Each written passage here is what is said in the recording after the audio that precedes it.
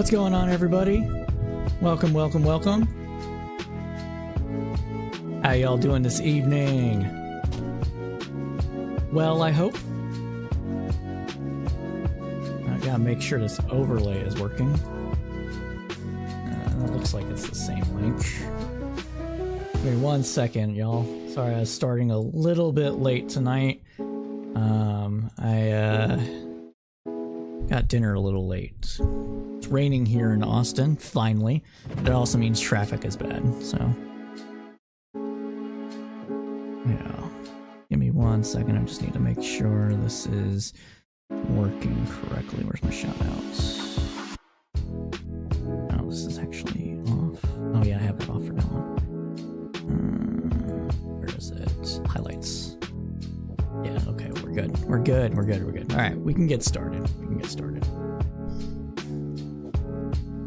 All right, welcome everybody to another episode of the Crowdsourced Politics News Roundup. I am the host and moderator of the Crowdsourced Politics podcast, Cypher. And actually, let me turn the music down just a tad. Today we have a lot of news to cover. It's a lot of information about a little bit of things. We're going to cover economy. We're going to cover the impeachment inquiry news. We're going to cover some things that may not have been covered necessarily by the mainstream press in that regard. Some things are being ignored or forgotten on that. So it's going to be interesting to talk about that a little bit with y'all. We're also going to cover some video game news, and I'm hoping to make that a pretty much a recurring setup here. Give it a little bit more of a Twitch flavor, and get gaming, nerd, and media news just in general. So talking about maybe the writer's strike a bit, or talking about how different things are going around with that. All right. Before we get started tonight, we're going to do some small announcements. We're hoping to get Cypher State started back up. I know I've been saying that for a bit now, but I'm finally out of a rut. I was a little bit of a rut, hard to get a hold of people, that sort of thing. So I'm hoping to actually get some time dedicated to working on international news and that sort of thing. So you can expect to see that. We're also going to be doing a debate. So this is important news. I am going to be, at least as far as I know, hopefully it still is going through, but this is what I've been told. I'm going to be debating actual justice warrior, aka Sean Fitzgerald, in Dallas on November 5th over criminal justice issues. The premise is what causes crime? Is it poverty, or what causes? No, sorry. The premise is, does poverty cause crime, or does crime cause poverty? And what's the bigger contributor there? I'm going to take the position that it's initially starts from poverty. Poverty causes most crime, but it is a vicious cycle that keeps repeating itself. And there's ways out of that the government or society at large can do. And if you know anything about actual justice warrior, you know his position. He's going to take the position that it's all basically culture, and there's nothing that we can do necessarily except punish people and lock them up to prevent crime. So the reason why I wanted to debate him is because I have a criminal justice background, similar as he does, and most of the time when he debates people, they do not. He doesn't debate people, typically speaking, who have a lot of knowledge when it comes to criminal justice and theories with criminology, what motivates criminals and that sort of thing.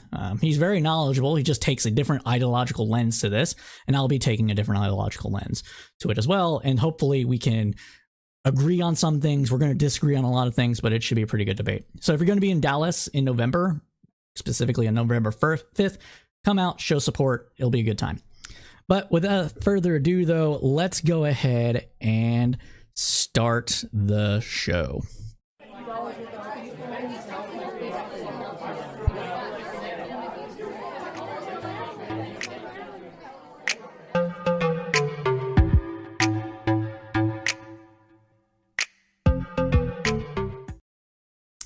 All right, everybody. So let's get started with the news roundup here.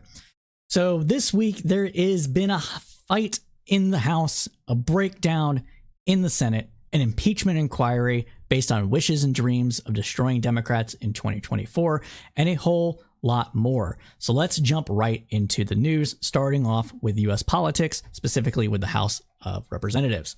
So the House returned to D.C. on Tuesday, and it's been a nonstop bitch fest from MAGA Republicans ever since.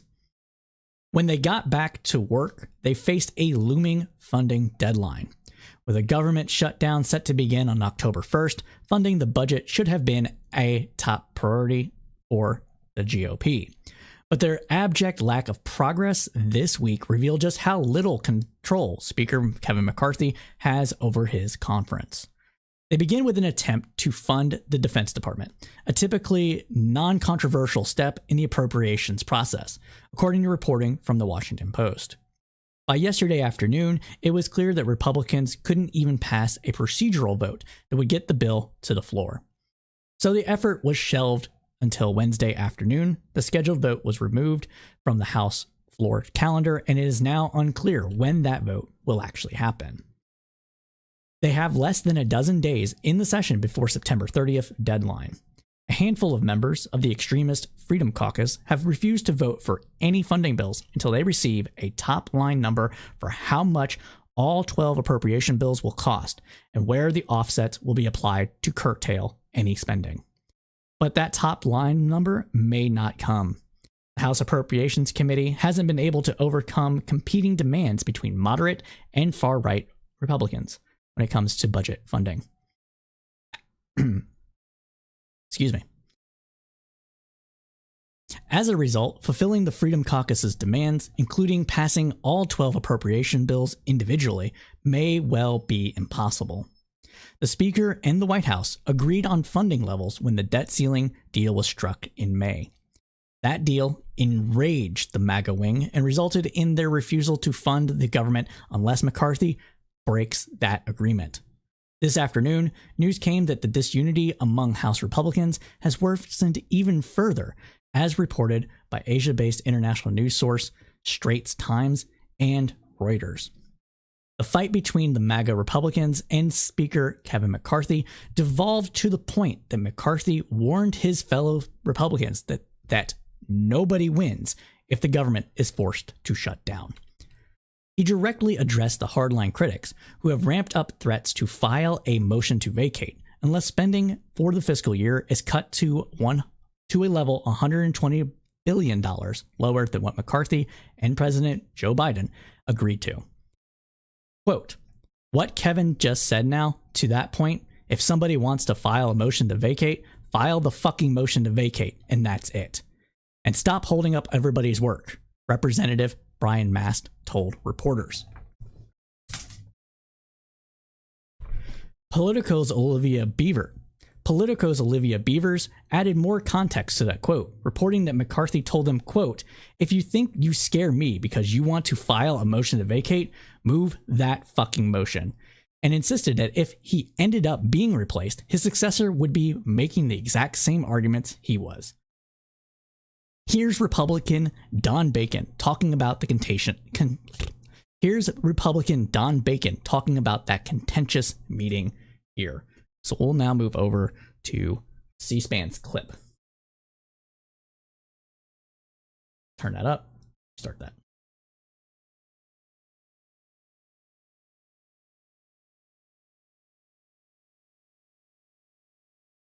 This is kind of low. It's hard to hear.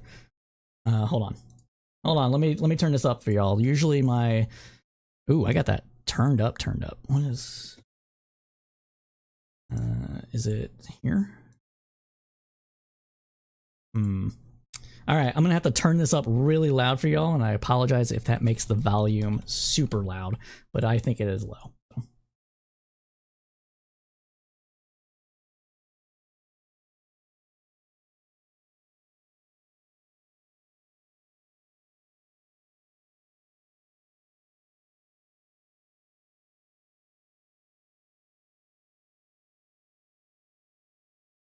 May have been one. But you know, I think this. No sound according to Nikki? What the heck? Give me a second here.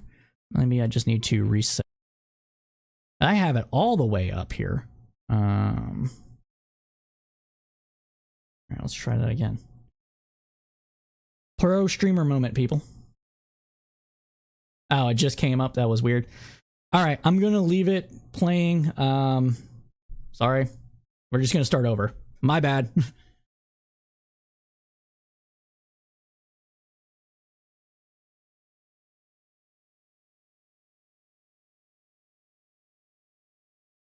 Yeah, it's not coming up. What the hell?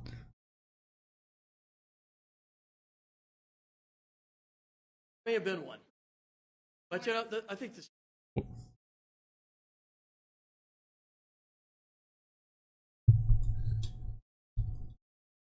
Yeah, you guys aren't hearing any of this, are you? I don't know.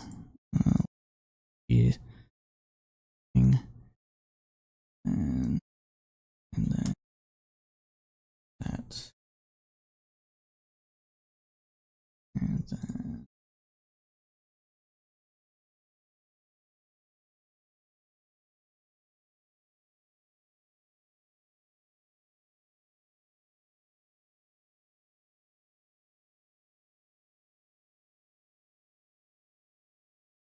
Are you guys getting any sound?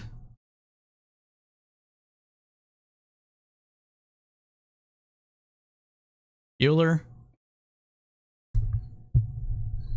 I've had this problem before, and I don't know how to fix it. Okay, let's see here.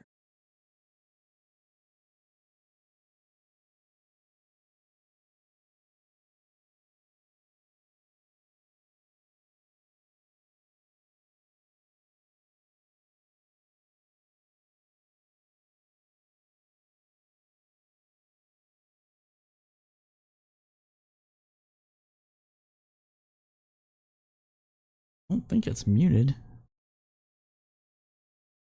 EQ.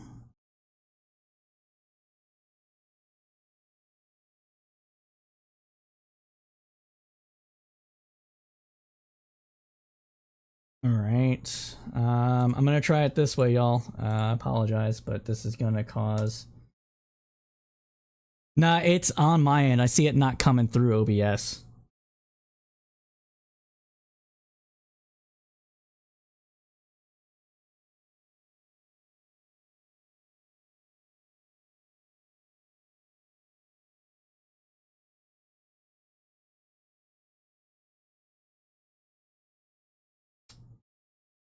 Oh wait, this is muted on here. World witnessed a historic on Crap. this very. All right.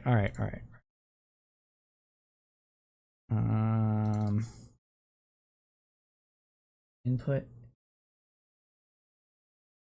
Floor in January. Yeah, it's C-SPAN. C-SPAN doesn't like getting picked up by OBS. We're gonna have to skip that video and figure. I'll clip it in next time. I'll clip it in for the thing.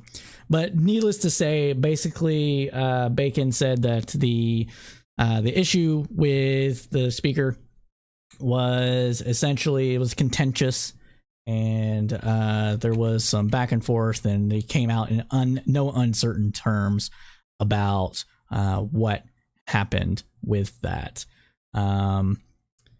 So to that, though, Representative Matt Gaetz reportedly responded to McCarthy's argument by asking him to just move the fucking spending bills.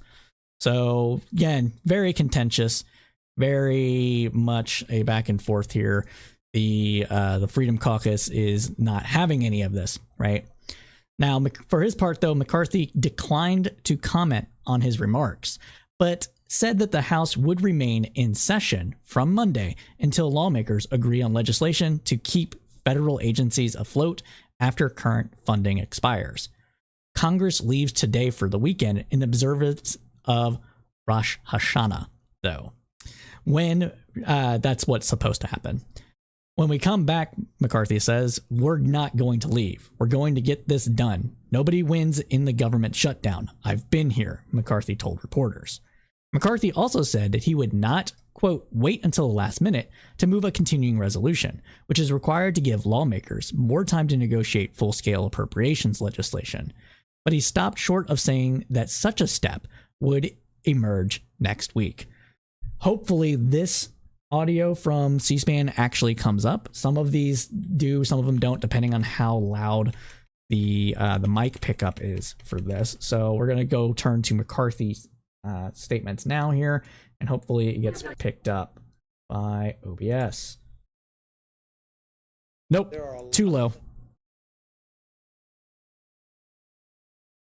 So you're going to get this done. What are you talking about?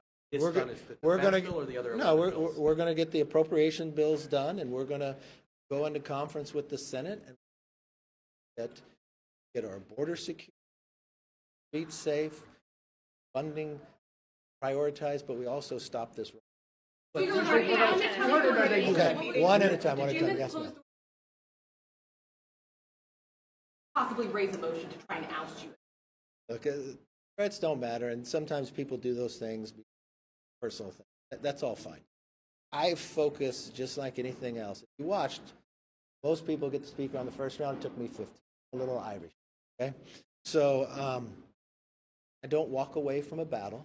I knew changing Washington would not be easy. I knew people would fight or try to hold leverage for other things. I'm going to continue to focus on what's the right thing to do for American people. And you know what? If it takes a fight, To have a fight. The right thing for the American people would be doing a lot of stuff that you're not doing, but a little bit of credit here for trying to get the continuing resolution passed at the very least. But what this really boils down to, though, we'll let him finish, but what this really boils down to is that they don't want a government shutdown to also have an impeachment inquiry, so that it looks like they only care about politics and not actually doing governing, as that will hurt them electorally in 2024. You have the votes. Are you still committed to pass? Look, I think the best ability here is to have a short term. I know how Washington normally works. They would do a continuing resolution having not passed any bills and make it into right before Christmas or a holiday to pressure members into taking some type of bad vote. Remember how much we've changed Washington already. Before people couldn't. Okay. Change Washington. Sure, buddy. Sure. But that's where McCarthy is. Let's continue on. So Representative Bod Good, a prominent member of the Hardline Freedom Caucus, said a potential government shutdown could be worthwhile if it meant achieving the 2022 budget targets. Quote, "We shouldn't be afraid of a shutdown," the Virginia Republican told reporters. Giuliani stated, quote, "If we have to go a few days into October, that would have minimal impact." But let's be real, though. This has no chance of passing in the Senate, not because Democrats are in charge, but also because Republicans in the Senate don't really want this nonsense to continue. And so just pass a budget, bro. Like, you're not gaining anything from this. Let's go. Let's continue, though. Besides the infighting, several absences are making the math tricky for Republicans as well. Complicating it further is the expected retirement of Utah Republican Representative Chris Stewart later this week, which will bring the Republicans' already razor-thin majority down to 4. His replacement, generally expected to be a Republican, will not arrive in the House until at least late November. The MAGA members are determined to tack on amendments to eliminate funding for Ukraine and cut down the Pentagon's diversity, equity, and inclusion offices. One amendment would reduce Defense Secretary Lord Austin's salary just to $1.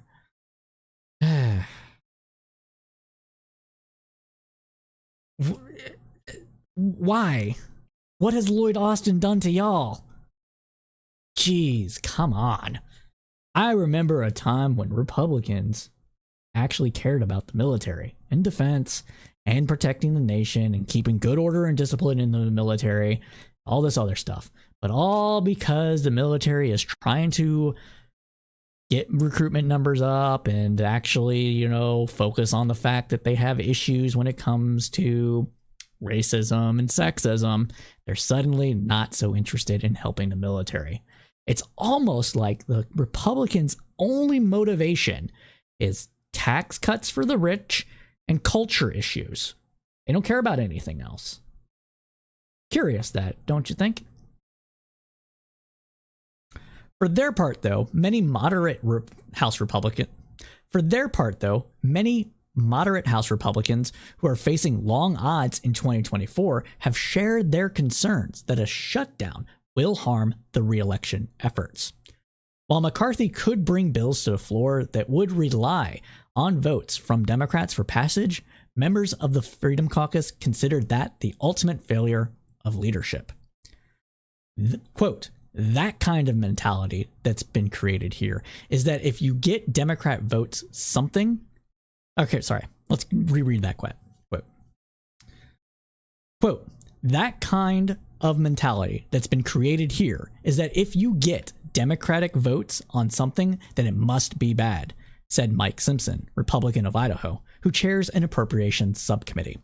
He added, quote, I love this institution that our forefathers left us, and I don't want to see it destroyed. And I think it is headed in that direction. And why is it heading in that direction, though? What is going on here that is causing so many Republicans to just not care at all whatsoever about appropriations bills, funding the government, and other things? Well, if you've been paying attention to politics since at least 2012, going back to 2010, and maybe I would say going all the way back to 1988, you see a rising core of Republicans that are focused on ideology over practical government. And we're seeing that with our next segment on impeachment. So let's get into it. After weeks of pledging to not open an impeachment inquiry into President Biden without a full floor vote, Kevin McCarthy once again buckled to his far-right flank on Tuesday. McCarthy conceded to weeks of pressure from hardliners and allies of former President Donald Trump by launching the probe, according to the Asia-based international source, The Straits Times. The move sidestepped as many as 30 Republicans opposed to the action by avoiding a floor vote that would have likely failed. Many of these members don't want to take a vote on a flimsy impeachment attempt because their seats are in districts won by Joe Biden, and their vulnerability is undeniably tied to that vote. It is also expected that congressional Republicans will face long odds in states that have passed strict abortion laws and legislation on other culture war issues. The impeachment effort is predicated on alleging wrongdoing in foreign business dealings of the president's son, Hunter Biden. There is no evidence of misconduct by the president himself. But even after that announcement, hardline Representative Matt Gaetz reminded McCarthy that it only takes one member of the body to call for a vote for his removal. Gaetz said that McCarthy could face multiple votes or motions to, quote, vacate the chair for failing to comply with a secret agreement that allowed him to become Speaker in January. Gaetz addressed McCarthy directly in a floor speech on Tuesday. Here's Representative Matt Gaetz, Republican of Florida, on the House floor on Tuesday. Going over now to that. Let's watch this shit show. On this very floor in January, the whole world witnessed a historic... Oh, sorry, wrong button. We'll start that over. My bad. On this very floor in January, the whole world witnessed a historic contest for House Speaker. I rise today to serve notice. Mr. Speaker, you are out of compliance with the agreement that allowed you to assume this role. The path forward for the House of Representatives is to either bring you into immediate total compliance or remove you pursuant to a motion to vacate the chair. We have had no vote on term limits or on balanced budgets as the agreement demanded and required. So, term limits, that's something that a good amount of at least rank and file Democrats are probably in support of. The fact that they don't want to get Democrats on board by making deals with these things is more than likely why this won't pass, because there might be actually enough people within both conferences that are against the quote-unquote establishment to get this going. So that's partly why it's not going to pass. I personally don't like a term limit on Congress. We need congressional districts that are competitive, and if you fix competitive districts, you fix the problem with people staying in office until they're ancient and glitch out like Mitch McConnell has been doing. But let's let him continue. Required. There's been no full release of the January 6 tapes. As you promised, there has been insufficient accountability for the Biden crime family, and instead of cutting spending... So let's talk about those two things really quick here. So let's... Required. There's been no full release of the January 6 tapes. So the reason there hasn't been a full release of the January 6 tapes is likely because they know it does not put Trump in good light. And so they're not releasing them because they actually understand what's going on here and don't want the public to see that fact that what they've been saying about January 6 is a lie.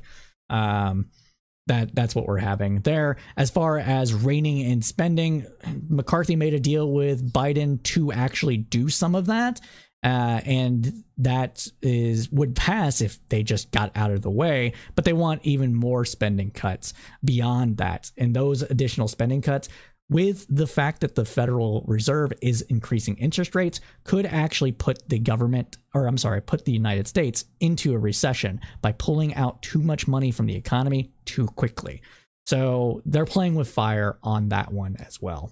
As you promised, there has been insufficient accountability for the Biden crime family, and instead of cutting spending to raise the debt limit, you relied on budgetary gimmicks and rescissions so that you ultimately ended up serving as the valet to underwrite Biden's debt and advance his spending agenda. Mr. Speaker, you boasted in January that we would use the power of the subpoena and the power of the purse. But here we are, 8 months later, and we haven't even sent the first subpoena to Hunter Biden. All right. So without a full vote, they can't subpoena the Justice Department. Let's pull it over here. So Politico, we did a little short on this that explains it. If you want to see the short, you can see it above here later. But just to reiterate what that short said is that basically the Department of Justice under the Trump administration during Trump's first impeachment inquiry stated that because the speaker didn't bring the impeachment inquiry to a full vote, that they would not honor any subpoena requirements because they felt that constitutionally, without passage by the House, they were not legally required to adhere to those. And given that McCarthy has brought the impeachment proceedings inquiry without a House vote and just directing the chairs to do those inquiries, they don't have to comply with it either. So Biden literally has a trump card up his sleeve that he can use to not actually comply with those subpoena requirements. But that's basically all that's happening there. Gates talking about this. Yeah, it's a little bit of Schadenfreude. They can't do it, and it's fun to watch. Let's continue on though. That's how you know that the rushed and somewhat rattled performance you just saw from the speaker isn't real. At this point, during Democrat control over the House of Representatives, they had already brought in Don Jr. 3 times. And we haven't even sent the first subpoena to Hunter Biden. Power of the subpoena and power of the purse. Only thing the 118th. So, with bringing in Hunter Biden, they're hoping to, rile up the base essentially and prove more stuff. If I had to guess, the whole reason why they're not interested in actually doing that is because, honestly, a lot of their kids and their family probably do the same thing that Hunter Biden was doing, and that's soft influence peddling and lobbying. Former members of Congress get a lot of money for lobbying. Current members of Congress are waiting to get out of Congress to do the same thing and make a lot of money lobbying. So unless you're willing to make lobbying illegal or lobbying for a third party illegal, which the Supreme Court would likely strike down anyways, this is all just nonsense with that particular thing. Now, I say that, but if there is anything that Biden did, Joe Biden or Hunter Biden, that is illegal and they can find it, more power to them. So I'm not against investigations. I'm just saying, as of the evidence that we have right now, there isn't really anything there. Congress is known for at this point is electing Kevin McCarthy Speaker and underwriting Biden's debt. And unfortunately, there's only one of those things we can remediate at this time: power of the purse. Our leadership right now is asking us to vote for a continuing resolution. A vote for a continuing resolution is a vote to continue the Green New Deal, a vote to continue inflationary spending. Yes, and in inflationary the spending. most troubling of fashions, a vote for a continuing resolution is a vote to continue the election interference of Jack Smith. Mr. Speaker. QQ. Oh no. You don't want Trump held accountable for the crimes he likely committed? Aw, poor you. Are you worried that you might get wrapped up in this? I don't know. Sounds kind of fishy. We told you how to use the power of the purse. Individual, single subject spending bills that would allow us to have specific review, programmatic analysis, and that would allow us. I mean, you can get that with the omnibus bills anyways, and the whole reason we have an omnibus system is because of the Senate. So, Matt Gaetz, my guy, maybe you should pressure your Senate colleagues to get rid of the filibuster. You'd get what you want without the filibuster, my guy. Do it. Do it now. Us to zero out the salaries of the bureaucrats who have broken bad, targeted President Trump, or cut sweetheart deals for Hunter Biden. Yeah, but there wasn't a sweetheart deal cut because the DOJ and Biden's lawyer disagreed on that. And it wasn't because of the whistleblowers. At least I don't think it was. There's a little bit of give there. Maybe they did it, but I doubt it because that wasn't how the agreement was written. The agreement was written in such a way that they would not prosecute Hunter for crimes that the agreement entailed, not other crimes that might have been revealed or gotten. That's how it's written. But, you know, whatever. Yeah, so it's all about protecting Trump. Protecting Trump at all costs. Party over country.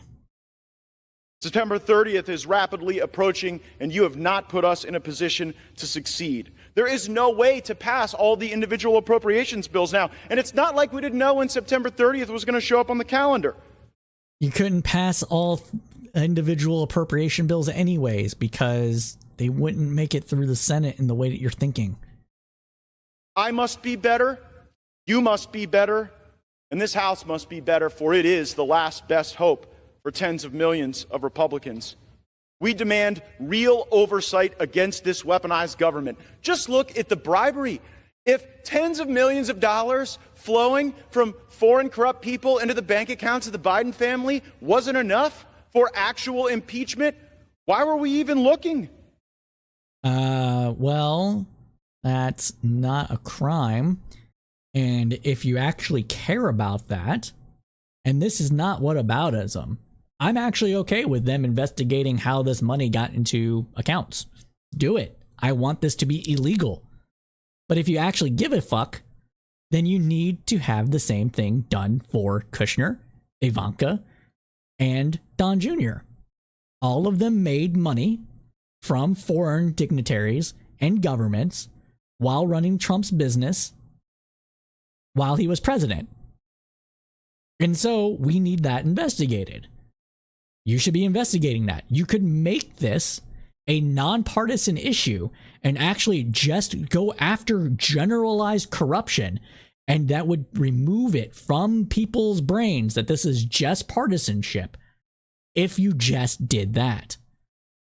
But your base wouldn't like that because that's not the goal. The goal is to muddy the waters so that it appears that Joe Biden and Donald Trump are equally as bad, so you can protect his chances of winning election. Don't play with us. We understand what's going on. It is fucking obvious. Well, and continue now. Joe Biden deserves impeachment for converting the vice presidency into an ATM machine for virtually his entire family. We all see it. We all know it. Okay, so, yeah, okay. Now, moments ago, Speaker McCarthy endorsed an impeachment inquiry. This is a baby step following weeks of pressure from House conservatives to do more. We must move faster. Now, I will concede that the votes I have called for will likely fail: term limits, balanced budgets, maybe even impeachment. I am prepared for that. So, balanced budget would push us instantly into a recession. Think about what this means here, okay? What a balanced budget means is that the government won't be taking on any more debt. That means that the government not taking on debt means less money circulating in the economy. Less money circulating in the economy means less jobs and credit circulating in the economy, which means less money in your pocket, which means a recession. Pulling back on government spending during a time when there is still this weird economic somewhat malaise that is covering over the entire economy, where people are really worried about a recession, they're starting to cut back on spending a little bit and what have you, would instantly put us into a recession. It would trigger the fact that that people in their minds, it would cause contagion to a degree, and psychological it would cause contagion to a degree and psychological happenings for people who get scared and thinking that the economy is on the brink. All this is management of expectations. And so if the government is going to stop spending and borrowing money, people are going to be like, oh, maybe the economy isn't doing as well as it is. Maybe we need to stop our spending too. And it can cause a cascade effect. There's no reason for the government to cut back as significantly on spending as Matt Gaetz here wants us to. That's a fact. Now, we can talk about what the government spends money on. I would rather the government spend some of the money that it spends on, I don't know, some defense issues, some other initiatives on things like healthcare, welfare, education, etc. But that is a prioritization, not the fact that the government is borrowing too much money. This is being what they called penny wise and pound foolish. They're not seeing what is happening on the overall economy. They just think, ooh, budget, my family can't borrow forever. Why can the government? Well, your family isn't an immortal. Your family isn't an immortal entity that can live forever, right? Your family doesn't have the capacity to spend beyond its means every freaking year without something eventually causing an issue. The government, on the other hand, kind of does. It kind of does. Well, let's go let him finish. There's only about a minute left. Eventuality, because at least if we take votes, the American people get to see who's fighting for them and who's willing to tolerate more corruption and business as usual. Mr. Speaker, I mean, we all know that you're willing to tolerate corruption and business as usual as long as it's your side doing it. Let's be real. dust off our written January agreement. You have a copy. Reflect on the spirit of that agreement and build on the start that we had moments ago. Begin to comply. No continuing resolutions, individual spending bills or bust. Votes on balanced budgets and term limits, subpoenas for Hunter Biden and the members of the Biden family who've been grifting off of this country, and the impeachment for Joe Biden that he so richly deserves. Yeah, so again, there isn't anything that Biden has even alleged to have done in the current term that it warrants impeachment. Supreme Court has ruled separately from sitting members of Congress that they cannot be expelled from Congress for crimes or pretty much anything that happened while they weren't in Congress. So there's reason to believe that that can't be done for a sitting president, even if they were previously a vice president. Now, again, right now, there isn't any evidence that implicates Joe Biden changing American policy to help his son. It's not there. Everybody points to the video of him bragging about getting Shortkin fired. Shortkin was a corrupt piece of shit. Full stop. Corrupt. Super corrupt. It is comically so. Like they found gold, diamonds, and bags of cash ready to be moved in one of his underlings' offices, and he didn't fire that guy. They found prior to his sacking, he like summarily dismissed the guy that was looking into him, basically, that was looking into him because he still had that power. Okay. Now we can talk about why the Europeans wanted him sacked. Personally, I think the reason why the Europeans wanted him sacked is because he was focusing a little too much on Ukrainian corruption, just full on Ukrainian corruption. So Ukrainian oligarchs, nationalist Ukrainian oligarchs, and not enough on Ukrainian oligarchs that were sympathetic to Russia.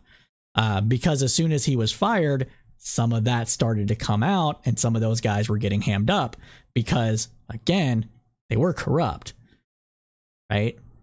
But if you're not having a prosecutor go after them, they're not going to have anything happen.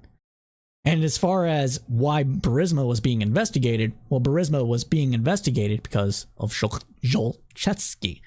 And that look into him discontinued under Shortkin and then got picked back up by his successor. There's this like gap where there was like kind of looking at Burisma, not really, and that kind of closed. And then they were looking at Zlochevsky, didn't have enough evidence to detain him, so that got closed. And then afterwards, they were looking at him again, and there's been multiple extraditions for him, and they're currently trying to prosecute him now for stealing money from Ukraine during the uprising, essentially between 2013 and 2018 or so. They're looking at him to try to get him up for stealing money and resources from Ukraine while there was a civil war. And Nikki says here, note that Matt doesn't have a copy of the secret agreement. No one knows what's actually in it. It's probably because it was done on a handshake. You're a man of your word. You got my word, you get a handshake. No paper trail, right? But, you know, this allows both people to be like, hey, you didn't follow it. Well, I'm following it. And so that's probably what it is. But there's only about 50 seconds left, so let's go ahead and let them finish. Do these things or face a motion to vacate the chair. And let me alert the country. A motion to vacate might not pass at first, but it might before the 15th vote. Oh, no. And if Democrats bail out McCarthy, as they may do, then I will lead the resistance to this uniparty and the Biden-McCarthy-Jeffries government that they are attempting to build. I know that Washington isn't a town where people are known for keeping their word. Well, Speaker McCarthy, I'm here to hold you to yours. Okay. So I'm going to play that one again. Are attempting to build. Then I will lead the resistance to this uniparty and the Biden. Okay. So the reason why I'm laughing is because among people that are very much anti-establishment, whether they be on the left or on the right, they have this notion that there's only one party in the United States, and that party is the elites. Doesn't matter if you're a Republican elite, a big oil executive, or somebody that's backed by George Soros versus somebody backed by Peter Thiel. They're all elites, and they're all looking for their own interest. Now, that's not entirely wrong, okay?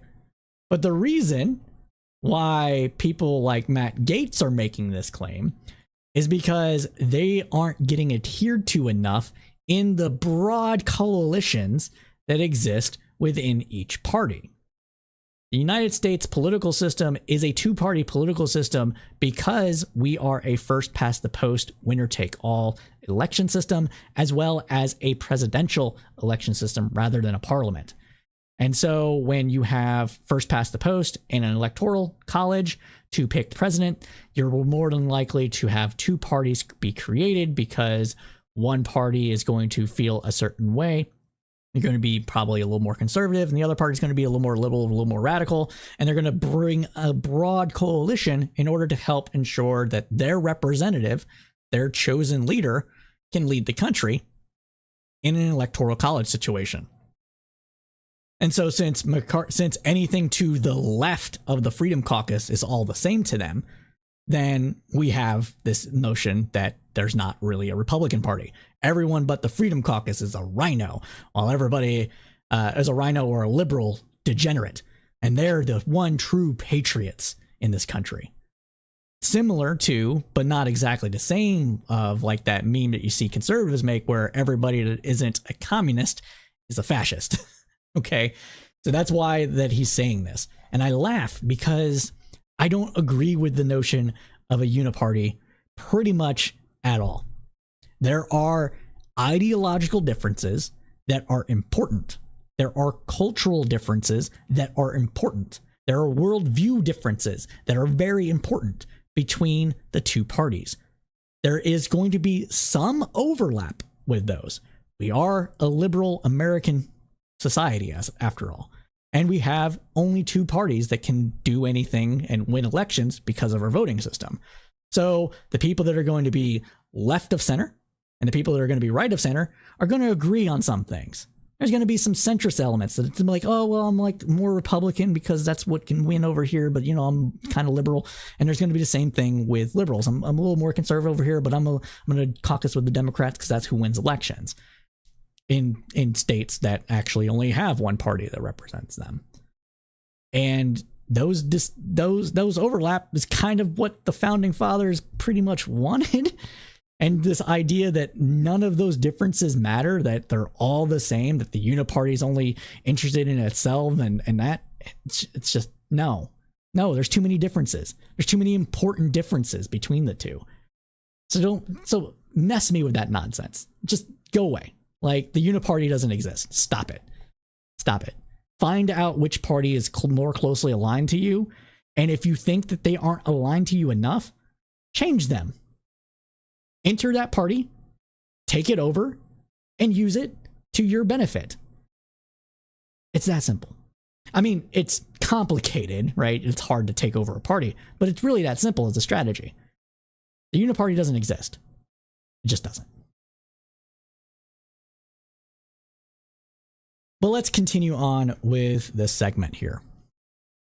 So in his announcement of the impeachment inquiry, though, McCarthy alleged that Mr. Biden had lied to the American people about his son's foreign business dealings. Quote, House Republicans have uncovered serious and credible allegations about President Biden's conduct, he told reporters. Taken together, these allegations paint a picture of culture of corruption. McCarthy has been under pressure from the right wing of the party for months now to open an impeachment inquiry into President Biden. McCarthy said on Tuesday that the Republican-led House Oversight... Rewind that a bit. So before we get into... Sorry, getting tongue-tied here. Must be tired. But again, as of right now, there isn't evidence that points to Joe Biden corruption. There isn't evidence of it. There's a bunch of circumstantial stuff that surrounds it and conjecture linking a bunch of things together, but there isn't any hard, fast evidence. It's just what it is. Continuing on, though, McCarthy said on Tuesday that the Republican-held House Oversight, Judiciary, and Ways and Means committees would carry out the impeachment inquiry. We will go wherever the evidence takes us, he says. What the speaker left out in that the committees named by McCarthy have no compulsory subpoena power without a vote of the full House, as we discussed. That's due to a binding opinion from the Trump DOJ that rendered an impeachment inquiry invalid unless there is a majority vote in the House to approve it. House committees have been pursuing lines of inquiry related to the president and his son, including the ways that Hunter used the Biden brand to advance his businesses with foreign clients. While they continue to insinuate that Joe Biden was involved, they've only succeeded in determining that he had sometimes had dinner with Hunter Biden's clients or said hello to them on calls. Devin Archer, a business associate of Hunter Biden, told a committee that Hunter sought to create an illusion to access to his father and put his father on the phone with foreign associates maybe 20 times over the course of about 10 years. Archer said those conversations did not involve any business dealings, and he was not aware of any wrongdoing by the elder Biden. Nevertheless, the Republicans allege that this is evidence of Biden lying about this, having discussed Hunter's business with him, and that he met Hunter's business associates for corrupt purposes. They've also delved deeply into the Justice Department investigation into the younger Biden, into Hunter, citing whistleblower testimony to suggest that Hunter has received special treatment. This is the only allegation based on Joe Biden's actions while president. Many legal experts have countered that the basis of this accusation, saying the deal offered to Hunter Biden was not a sweetheart deal whatsoever. Hunter Biden will be indicted this afternoon for lying on the federal gun information form. That case may not be suitable due to a ruling by the Fifth Circuit. That case may not be sustainable due to a ruling by the Fifth Circuit Court of Appeals that found the statute to be unconstitutional. Gun rights activists have been trying to get a lot of rights restored to people and saying that you can't be told you can't own a gun for various different things. And this is one of those cases that they've actually won. In addition to that, there's also a question of whether the deal on the charge is still in effect. So we'll keep you updated on this as it unfolds. Republicans have accused Biden of profiting from his son's business dealings while serving as vice president between 2009 and 2017, and while Joe Biden was a private citizen between 2017 and 2020. Representative Jerry Nadler, the ranking Democrat on the House Judiciary Committee, said there is, quote, no basis whatsoever to launch this so-called inquiry. Speaker McCarthy may get to keep his job for another day, but he has once again caved to the most extreme elements of the Republican Party. And with that, my friends, that concludes this segment of the News Roundup.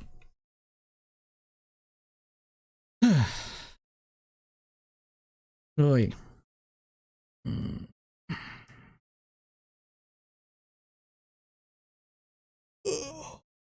Oh, God, sorry, I'm tired.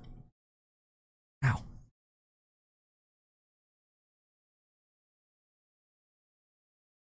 That was a lot of talking. I was talking for about an hour. Glad for everybody to be joining us. We have 6 or 7 watchers here right now. Probably a little bit more since I know my counter doesn't actually count people correctly. But let's continue on though. Let's now move on to the Senate, starting up with appropriations bills. So based on reporting from the Washington Post, the Senate is ready to take the lead on the outline for government funding and supporting critical national security efforts overseas. Before they left for the summer recess, the Senate passed all 12 of their appropriations bills out of committee, and they were working on passage with floor votes this week. They're essentially daring the divided House Republicans to oppose it and take the blame for shutting down the government if the September 30th deadline isn't met. These senators then expect to use their largely unified position as leverage to get their way in the more detailed agency funding outlines expected in the late fall. In all, the Senate wants to reimpose its traditional role of regularly jamming the lower chamber into accepting its bipartisan approach to big policy matters. Senate Republicans are aware that House Speaker McCarthy faces a hostile, hard right flank that doesn't support the Senate position. But they acknowledge that if McCarthy gets a highly partisan bill narrowly through the House to keep government agencies running, the Senate will send back a much more sweeping bill that has broad bipartisan support. The exact details are not final, but senators have made clear that they are not going to repeat their decision to sit on the debt debate that took place during the spring. In those talks, President Biden and his top advisors negotiated a multi-layer framework with McCarthy that set the overall spending limits and increased borrowing authority for the Treasury. That was an unusual moment when the Senate essentially had to eat the legislative sandwich negotiated by the House. While there was bipartisan disappointment, Senate Republicans in particular felt that McCarthy had cut a bad deal by agreeing to what they considered an insufficient Biden request for $866 billion for defense spending. Now, if it's one thing that a lot of both parties can agree on, it's the need for defense spending. There's multiple reasons for that. Traditionally speaking, Republicans and Democrats have largely more or less agreed on national defense issues, but there's also the fact that the Defense Department is largely a jobs program, and if you cut defense spending and investment into equipment and that sort of thing, that means less jobs. And for a lot of senators, that's how they bring home the bacon, by ensuring that there's investments in different military bases that create local jobs and contribute to the local economy. So that's why we have that here. It sucks if you're a lefty. But it does mean that there are direct investments into the U.S. economy because of this.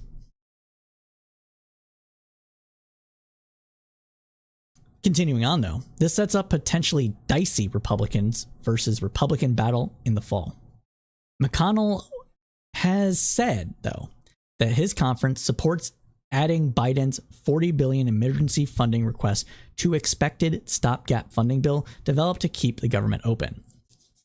He used his daily floor speeches this past week to voice support for shoring up Ukrainian defenses to the tune of $24 billion of emergency request.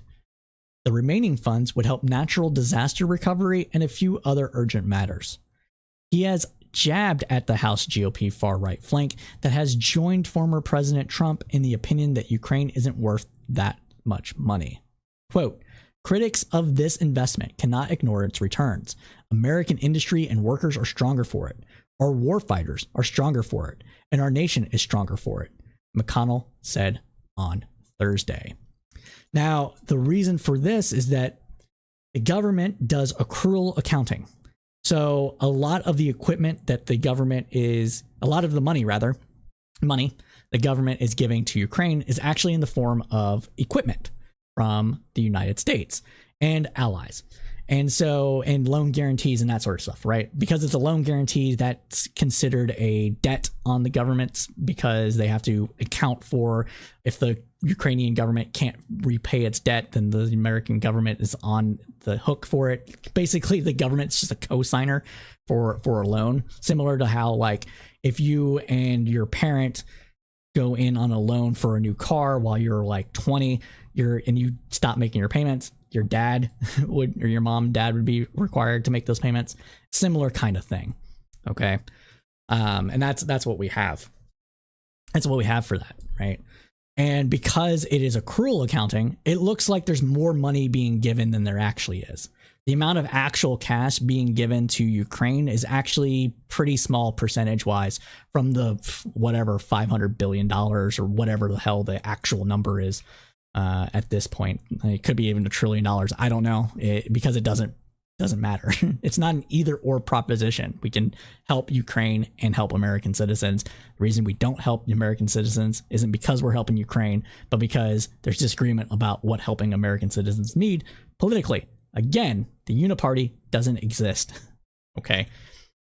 Now, that said, so the reason why the McConnell is saying here that it's American industry and workers are stronger for it is because when that equipment is sent over to Ukraine, the U.S. government and the U.S. military is going to replace that equipment with newer stuff.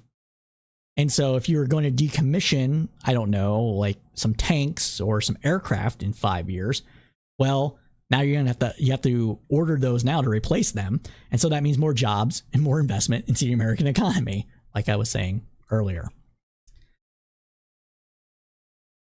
Desperado Sensei has a comment here saying not to mention we're giving them stuff that is scheduled to be decommissioned, like I was just saying, which is cheaper to give it than decommissioning it. True, because decommissioning it means paying for its dismantling and recycling and all that other stuff. That has a cost as well. So there you go. Let's continue on though. So, but the collegial bipartisanship took an unexpected hard right turn this afternoon, as reported by The Hill. Senator Ron Johnson, Republican of Wisconsin, objected to moving forward on a substitute amendment to a so-called minibus appropriations package. This surprise objection led to a visible, frustrated Senate Majority Leader Chuck Schumer accusing Republican senators of, quote, trying to mimic the Freedom Caucus in the House. Johnson's move scuttled additional votes on the funding package this week and delayed efforts to fund the government before the September 30th deadline. Quote, MAGA Republicans seem to be taking over the Republican Party. You have the House in such disarray that they can't even pass a defense appropriations bill, something that used to be their bread and butter, Schumer said. Continuing on, he stated, quote, and now, all of a sudden, you have a small group in the Senate, trying to mimic the Freedom Caucus in the House and holding up the defense bill, which had huge bipartisan support, he said. Finishing it off, he stated, quote, Republican leaders have to reject this MAGA republicanism for the good of the country and for the good of their party. Senator Republicans say Johnson wants to break up the appropriations package into individual bills. Doing so would match the House Republican strategy of passing the 12 annual appropriations bills. The sole reason for this move is to maximize leverage with Democrats in the year-end spending negotiations. It's clear that the Republican Party itself is in serious disarray, and their infighting is taking place in public. Prior to the death grip of former President Trump on the GOP, the Senate was well controlled by then Majority Leader Mitch McConnell. While they had disagreements, they were relegated. While they had disagreements, they were relegated. While they had disagreements, they were relegated to closed-door meetings, and they presented a united front on the floor of the chamber. But the current division has resulted in members of the party splitting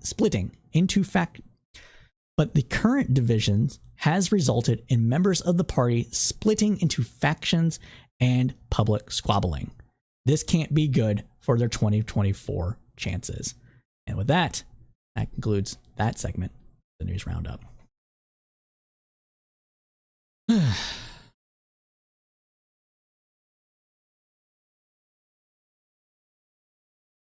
All right. But we have more news for the Senate. Let's talk about some Saudi money being investigated. What's going on with that? Let's get into it. So Saudi Arabia's $700 billion sovereign wealth fund, which has been used as a lever of global influence by Crown Prince Mohammed bin Salman, has been subpoenaed by a powerful Senate committee. The subpoena comes after it refused to voluntarily comply with information requests about its U.S. dealings, according to reporting from The Guardian. It was issued by the Senate's Permanent Subcommittee on Investigations and targets the Public Investment Fund's wholly owned U.S. subsidiary. This is in connection to the group's proposed Gulf deal and related investments throughout the United States. We have talked about the Live Gulf deal before. Check it out in our video here, but we're going to cover some of it again. Now, the subpoena was announced Wednesday at a committee hearing led by its chairman, Democratic Senator Richard Blumenthal of Connecticut. On its face, the hearing was meant to focus on Saudi's controversial proposed Gulf merger. But the hearing, and lengthy remarks by both Democrats and Republicans, delved instead into Saudi's record on human rights abuses, the kingdom's alleged role in the 9/11 terrorist attacks, the fundamental objections to attempt to take over assets of national interest. Senators were visibly agitated by the PIF's lack of compliance with voluntary requests for disclosure. Their non-compliance is seen by lawmakers as part of a troubling posture by Saudi officials to put themselves out of reach of U.S. law. expert witnesses described the PIF as a inextricably intertwined with the Saudi state and Prince Mohammed, who the Human Rights Watch researcher Joyce Shea. Goddamn, fuck, dude, allergies. I'm gonna restart that because I'm just getting all tied up. All right. Expert witnesses described the PIF as inexplicably linked with the Saudi state and Prince Mohammed, who the Human Rights Watch researcher Joey Shea said wields, quote, unilateral decision-making over the fund with little transparency or accountability, end quote. Blumenthal, one of the Senate's biggest critics of Saudi Arabia, pointed to the PIF's ownership of a company whose jets were later used to transport the killers of Jamal Khashoggi from Saudi Arabia to Turkey, where the Washington Post journalist was murdered in 2018. Quote, Saudi Arabia's use of foreign sovereign wealth fund resources to attempt to gain influence in the United States should provoke us all.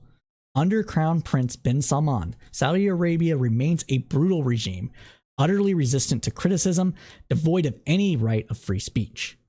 The PIF has been implicated in some of Saudi Arabia's most abhorrent atrocities, Blumenthal said. And they're right. They're absolutely right.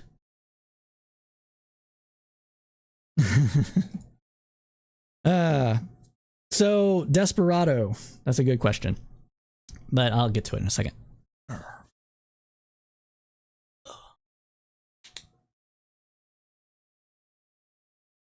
we go. So they're absolutely right about the PIF and Saudi Arabia being a country of extreme atrocities, of murdering journalists, of various human rights violations, of LGBTQ plus people, of women, of other minorities, of committing war crimes, sometimes the backing of the United States, and other things of that nature. And the fact that they might have been, parts of the royal family might have been involved in 9/11 just brings that to the forefront. Everybody's focusing on that now because some of that information was leaked or declassified, whatever the case may be, because I don't remember off the top of my head here, but they were done that way. And so that's why we're seeing some of this. When they killed Jamal Khashoggi in Turkey, that also brought a little shining light on it as well. And there's also the fact that bin Salman was seen to be somewhat of a reformer, educated in the West, a little bit more liberal than maybe his father was. And there was like opening up of liberalization to a tiny degree, letting women drive, letting women go to the movies by themselves, stuff like that. Things that were like to us are like, what? They still don't let women travel? What the fuck are you talking about? And so they, that's what they're doing here. And maybe the United States doesn't need them anymore. And Saudi Arabia kind of understands that that's not necessarily a need for the United States anymore, given that we're doing green energy. We've got fracking that lets us be largely energy independent, even though that, there's refineries in the South don't really take the oil we produce and other things of that nature. But that stuff can be taken care of, especially with the electrification of our vehicle fleet, etc. So the writing on the wall of us needing Saudi Arabia as an ally, as an oil provider, and that leverage there, they had to use to get kind of what their way and, plaster over any sort of human rights abuses that they might have done, is starting to ebb. And that's why we're seeing some of these issues come to the forefront, why we're seeing some of this contention, while we're seeing a pullback of allyship to the degree that we are seeing it. But with that, though, that conclude. No, I'm not going to conclude there. There's one thing I want to say, though. Even though everything I just said there is true, the likelihood of us pulling back fully from this alliance in the next 5 to 10 years is still kind of small. Certainly within the next 5 years, I don't see that happening. 10 years, maybe a little bit more on the horizon, but we're not there yet with the electrification of our vehicle fleet. We're not there yet in terms of dealing with, terrorist organizations in the Middle East that still target Americans and American allies across the globe. And we're not there yet in terms of, Israeli policy and them working together. It's not quite there yet. So they still have leverage, but they know that leverage is waning. And that is why they are doing these investments to have cultural leverage and soft power. If they control Gulf, which is what they're going on here, which they're trying to do, well, they figure that they can have a lot more influence over the rich and powerful, and maybe that will keep them going for a bit. But though, we'll keep you tuned in to that when we have more information. But that does conclude this segment of the News Roundup. And Desperado, yeah. So sometimes I'm able to read the copy that's produced for me ahead of time. Other times I'm not. Right now, the reason I'm getting tongue-tied, I think, is a part of that, but also because my allergies are kicking up, so it's making my nose itch, and my I'm itchy here and here, kind of bad right now. And I also haven't had enough water today, so there's a little bit of that. 11 years of theater, and I've done reader theater as the narrator, just asking to see what you do. Yeah. So. But that's where it's at, and I know that the chat is about 15 seconds behind or so because of I'm not paying for Restream anymore, so there is that as well. I might actually stop not streaming. I won't stop streaming, but I might stop dual streaming. I haven't decided yet. I don't know what's better for me in the channel. None of the live streams get many views, to be honest with you, so I haven't decided, but we'll still be doing live streams because I like the interaction. I just don't know if I should do it on Twitch and YouTube. But yeah. All right, and finally, though, in our Senate coverage, though, let's go ahead and continue on with the news roundup. But finally, in our Senate coverage, though, we have the final FCC member confirmed. So based on reporting from Reuters, the Senate voted Thursday to approve President Joe Biden's nominee for a key fifth seat on the Federal Communications Commission, FCC, giving Biden and Democrats a majority on the telecommunications regulator.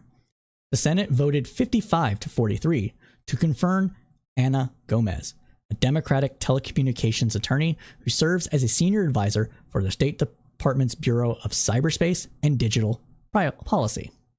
Since January of 2021, the FCC has been deadlocked 2-2, stalling Democrats' efforts to reinstate landmark net neutrality rules revoked under the last administration and to pursue other priorities. In July of 2021, Biden signed an executive order encouraging the FCC to reinstate net neutrality rules adopted under Democratic President Barack Obama in 2015. For those who do not know, net neutrality pretty much kind of set up for internet service providers to not use their market dominance to throttle traffic. And what that means is, think of it this way. So say, I don't know, Google owns internet. Google has Google Fiber, right? And Google provides internet through Google Fiber. Well, what they didn't want to happen is that they didn't want Google to throttle when you go to DuckDuckGo, or I don't know, what's another search engine? It's Google, DuckDuckGo, I guess ChatGPT that people are using now. There's still Yahoo search, I guess. But they didn't want those websites to be throttled to give Google an unfair advantage in traffic and responsiveness when there's competitors trying to also use the internet. And this is important. They didn't want deals being struck with, let's say, AT&T, right? So AT&T has internet provided as well. And at the time of net neutrality, AT&T owned Warner Brothers. And so they didn't want AT&T to be like, okay, we're going to throttle Netflix connections and promote whatever, HBO, right? That sort of stuff. And so that is what we have here on that, right? And with net neutrality, they wouldn't be allowed to make those rules. and there wouldn't be like premium service being paid to get around those. Like, oh, you're paying like, you'll save $5 if you allow our traffic to go through faster, kind of thing. Those rules are not allowed in that with net neutrality, and it's a good thing. We don't want giant telecommunications companies or giant tech companies, whatever the case may be, deciding what you can and can't view and how fast you can view it. It's very important. We wouldn't want Twitter, like people don't want Twitter to censor people. Well, you sure as hell don't want, Comcast to censor you by blocking websites simply because they don't like their competitors or because they get bought by, I don't know, a right-wing ideologue or a left-wing ideologue that doesn't want you to go visit Huffington Post on one hand or Breitbart on the other. Okay. That's why net neutrality is important. And that's why we're trying to reinstate it. Well, the Democrats are trying to reinstate it. Another big issue, though, continuing on, another big issue for the FCC is the fate of a subsidiary program for internet users. Let me restate that.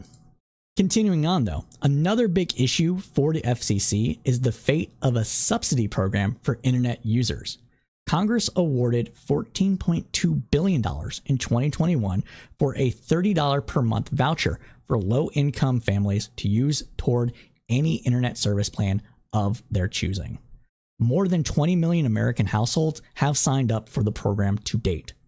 The FCC chair said in May she expects the program will run out of money early next year unless Congress acts. Now, this is another thing that is very important on this. Extremely important. Internet is vital to our way of life now. It's no longer a luxury. Basic internet's no longer a luxury. There are school-age children need it to do research for papers. They need it to look up information, what have you. Adults need it to apply to jobs. They need it to do their job, especially with the rise of work from home. And so if you're making low income, and you can't afford internet, you can't afford to maybe do the job that you are being paid to do, why we need a living wage in addition to things like this. But absent you not being able to afford work, you're not able to actually go out and find work. Not everybody lives 5 miles from a library. Not every community has a library, for that matter. Okay? Not everybody lives in a big city. And not everybody that lives in rural America is making enough money to afford their own internet, especially with pricing the way it is, especially in rural America. Another thing the FCC needs to get on top of. And so this subsidy is needed. Personally, I think the internet should be treated as public utilities at this point because it is so integrated into our life that you can't go without it. It's just like any other utility company. You can't live without power, gas, water, phone service. Landlines is a public utility in some places. You can't live without these things. And so I think that's the way it should be treated. And a subsidy is one of the ways to help with that. So I'm actually very much in favor of the subsidy. And I think everybody should. I think even if you're the most anti-government spending conservative on the face of the planet, you should understand that in order for people to pull themselves up by the bootstraps, they need to have boots in the damn first place. And internet is one of those boots now. It's beneath our dignity and beneath our way of life to go without internet. It just is. It's vital. Now with that though, that concludes this segment of the News Roundup. To answer your questions, Desperado, I do see them. I just wanted to finish up that segment. So with SEO, I'm trying to do SEO with search. Some of my videos do better than others with SEO and the like. I put in, the title in here, impeachment and stuff like that. You can see that in the title. The description has it as well. I have news, commentary, analysis, a bunch of stuff on that. Like I'm trying to pick it up. As far if I'm doing it right, I don't know. I don't know if I'm doing it correctly, to be honest with you. I'm doing it with best information that I have in order to make it work. Really what I need to do is get a website. And I think once I get a website and start putting these videos and stuff up on the website in text form, SEO will do a lot better.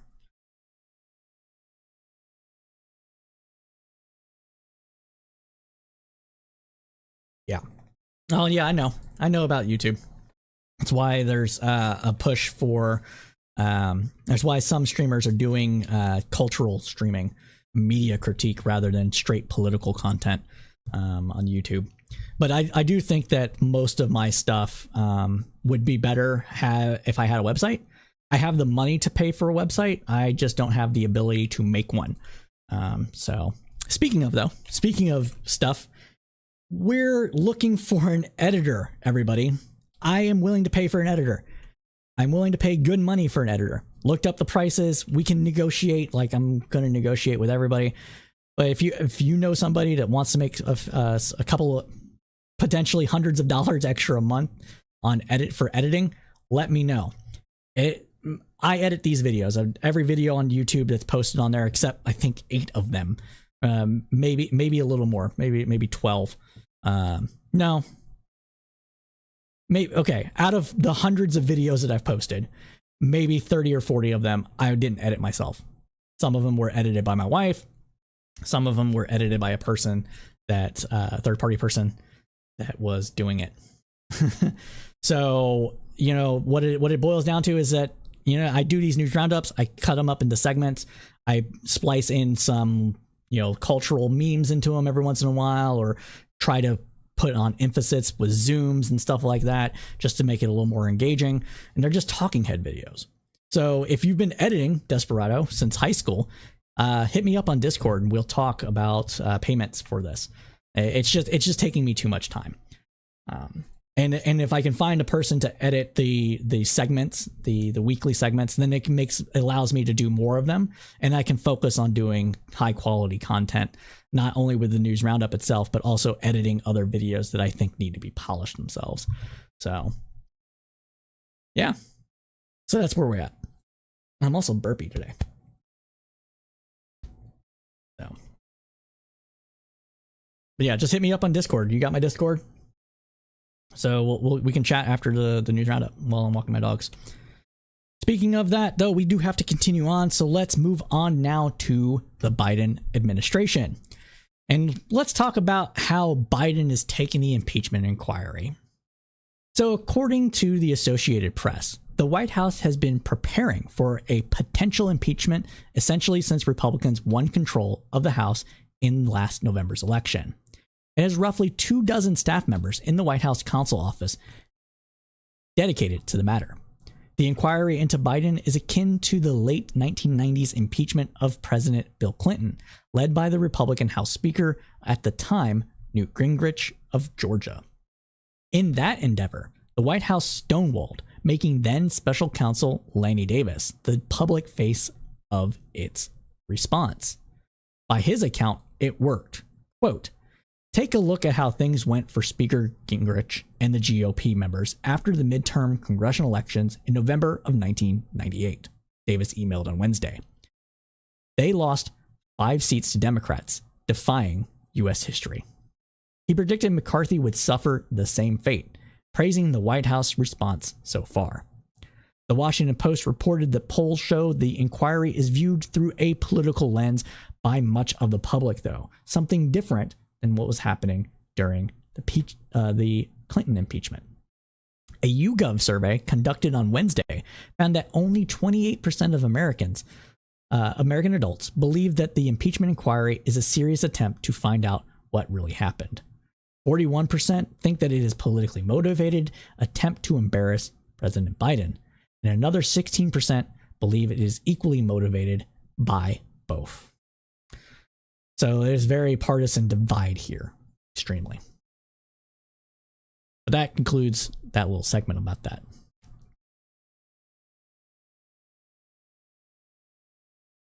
Now, we announced last week or the week before that we would be covering the economy every 2 weeks, covering Ukraine every 2 weeks, covering different news stories in between for a little longer segment. And this week, we are covering the economy. And there is a lot of news to talk about with the U.S. economy. So let's go ahead and get right to it. Let us start with a chart that shows how the current US inflation rate compares to that of major developed economies around the world. Here we go here. So according to the Financial Times and USA Today, the US inflation rate was stronger than economists expected in August, according to new data that highlights the challenges still facing the Federal Reserve ahead of next week's policy meetings. Before we get into that, we can see this chart here. And where is the US? So the US is this is hard to read. Okay, whoever made this chart sucks. Sucks so bad. All right, so the US line appears to be this line. Yeah, so as you can see, there was UK, Italy, Germany, France, etc. had way worse inflation than the United States in the early pandemic. United States then spiked and it's coming back down. So inflation is a global phenomenon, as you can see here. And we're seeing a general downtrend of inflation globally, even though the Federal Reserve is kicking up interest rates. Now let's move on over to this other chart. So this other chart is where we're going to see core CPI, core PCE, core PPI, average hourly earnings, and the federal target. So the federal target is this 2% line here, but let's get into it. So consumer prices rose 3.7% year on year, according to the Bureau of Labor Statistics, up from 3.2% in July and higher than the consensus forecast of 3.6%. On a monthly basis, prices increased by 0.6%. More than half of that monthly increase was driven by a jump in gas prices, which rose 10% in August, though they're down 3.3% from a year earlier. Pump prices are well below their $5 peak a year ago, but are expected to move higher this year on more positive global economic outlook and the OPEC oil production cutbacks. So OPEC is going to be cutting back production. They're cutting back production partly to bolster their own financial reserves and their own money. They're doing it also because Russia is a member of that, and Russia needs to make some of its own oil less available to the generalized world in order to bolster prices and fund its war. But they're also cutting back because, as we've said on the Roundup numerous times, it appears that China is in for a doozy of an economic time. And so with that, they're expecting demand in China for gas to weaken towards the end of this year, as well as into 2024. And they're expecting a global recession, not necessarily as a result, but maybe as a result and a little bit in addition to Chinese cutbacks. So that's why they're looking at cutting back now. You cut back now, you get some of the reaping of the reward from the increase in prices from your cutback. And as a result, when the economy goes south, you're able to have that buffer as well. So that's what we have.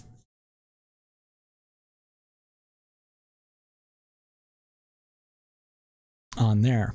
Now, core inflation, though, which strips out volatile food and energy costs, was also stronger than expected, with a month-over-month gain of 0.3%. That brings the annual rate down to 4.3% from 4.7% in July. So why is that happening? Well, there's a lot of reasons why that's happening.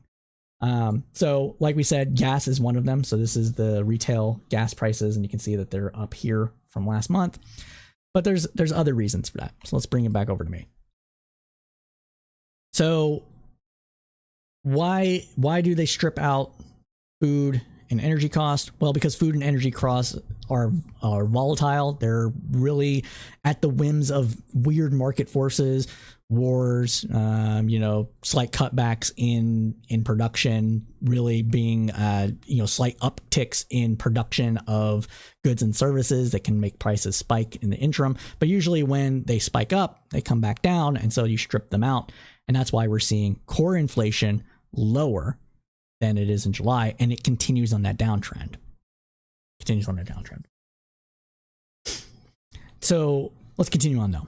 So while goods prices have fallen as pandemic-related supply chain bottlenecks have dissipated, the cost of services such as car repairs and recreations have leaped, chiefly because of increasing employee wages.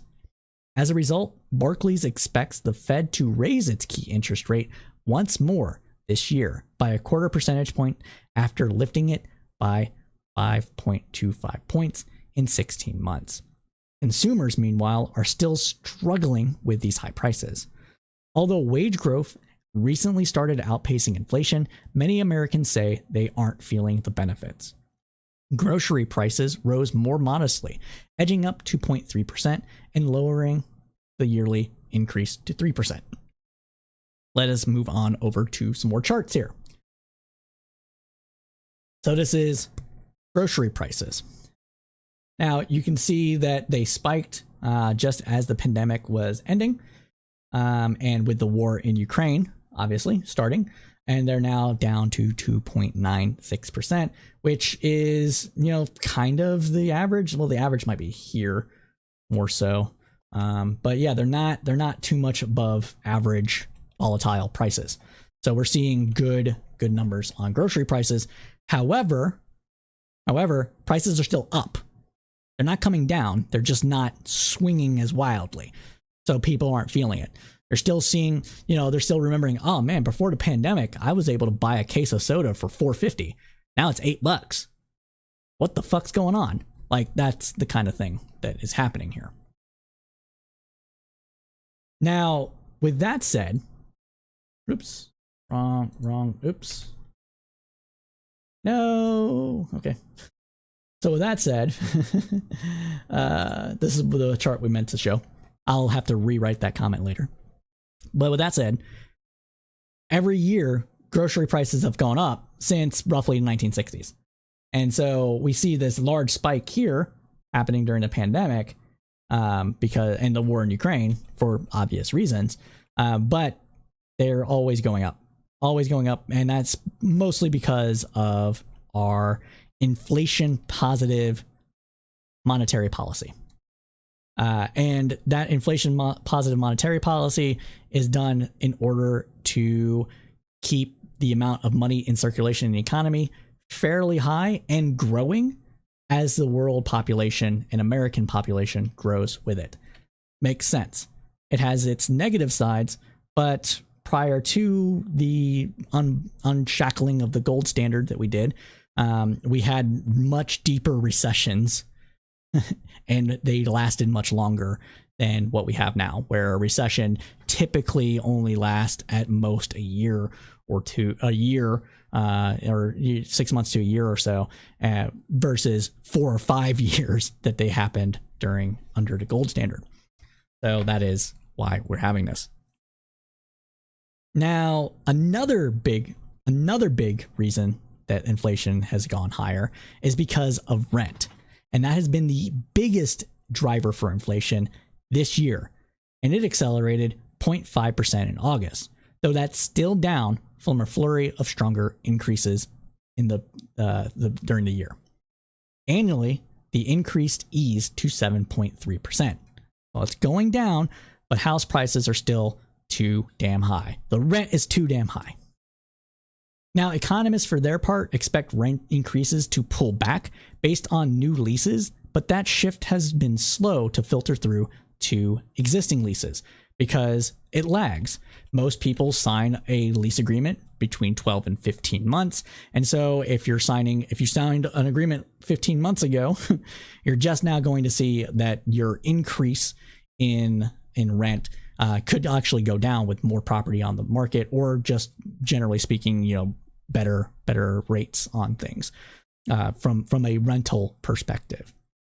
But and also, generally speaking, what people do to find cheaper places to live is that once their lease expires or is about to expire, they look for places that are cheaper, and that shuffles people around. So people are literally locked into their rate for, again, 12 months to 15 months. And then afterwards, they're able to find potentially a cheaper place to live, because breaking a lease agreement typically is more expensive than just waiting for it to expire, because you still have to pay like the last month's rent or what have you.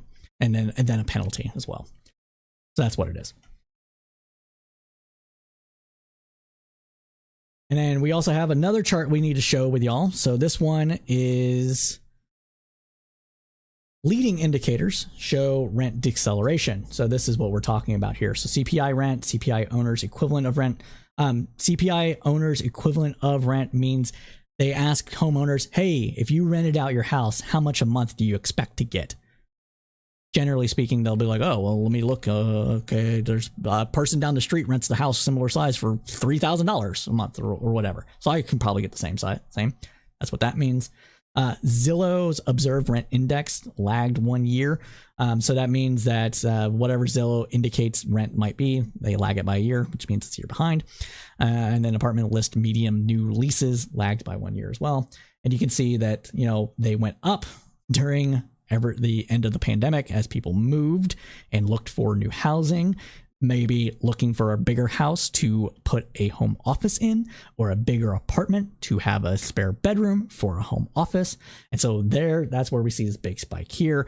But you can see that they're projecting it with this apartment medium lease lagged a year to go down immensely as far as increases of rate is concerned. Prices aren't going to drop. The only thing that's going to make prices drop is really a recession, either general economic recession or a recession specifically in the housing and real estate market.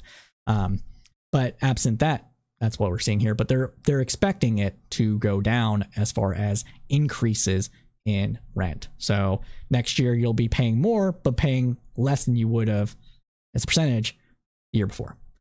That's what we have there. Complicated stuff, though. Now, the job market is also expected to slow, which would include softer wage growth. That could prompt the U.S. consumers to pump the brakes on their spending.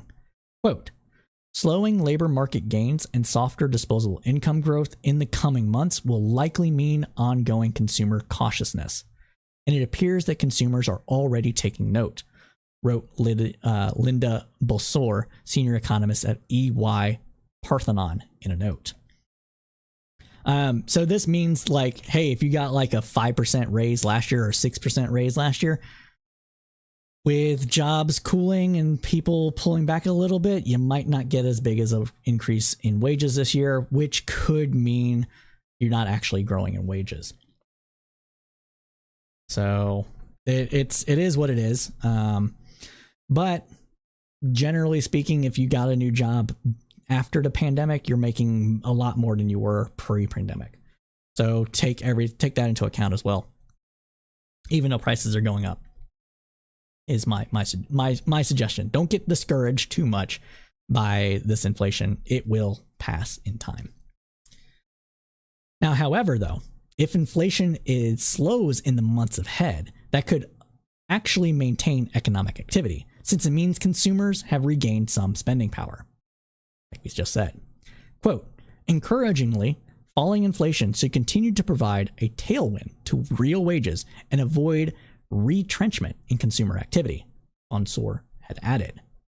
A third report from the Labor Department showed initial claims for state unemployment benefits rose 3,000 to a seasonally adjusted 220,000 for the week ended in September 9th. We'll move over to that chart now.